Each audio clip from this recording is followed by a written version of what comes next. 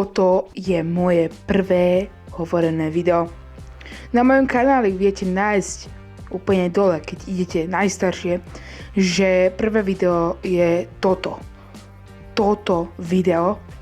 Ale to není prvé video. A teraz vám tu hovorím, je pol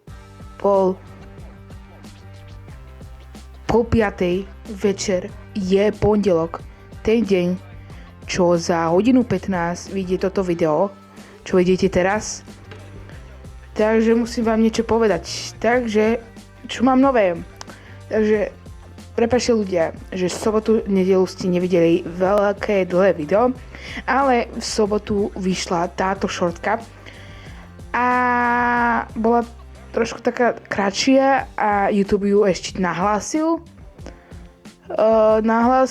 že vraj porušujem normy komunity kvôli tomu, že som nejakú pesničku, keď som to strihal, tak pesničku tú, čo som dával, takže vraj neporušuje, ale že vraj to je autorské práva, tak mi to vymazal tú pesničku a dá sa to pustiť, tá šortka, len je bez hudby.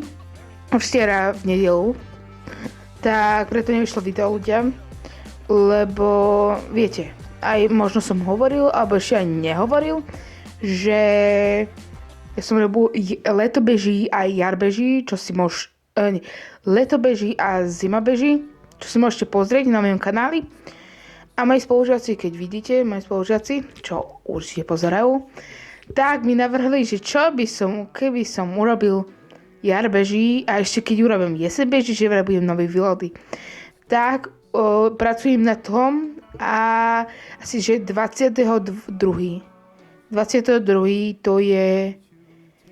To je piatok, sa mi zdá, vyjde jar beží. Už na tom troška, už na tom pracujem. A bude to, že 5, nebudeš to napríklad 2-minútový song alebo 1,5 minútový, ale bude to až 3-minútový. No, neviem, to akože podľa beatu. Lebo beat má, akože tá melódia má 2 minúty 59 sekúnd, ale akože keď to budem ako keby strihať, lebo dá sa strihať, poviem vám, že to je normálne.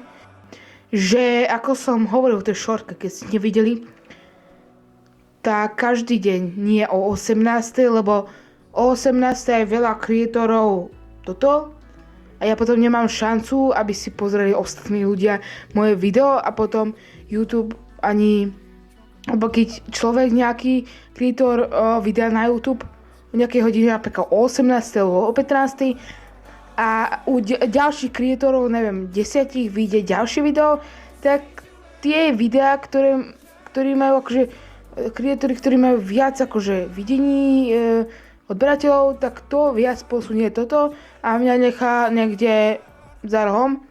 A preto som sa rozhodol, že nie o 18, ale 17:45, lebo to som zatiaľ nikde nevidel. Čus!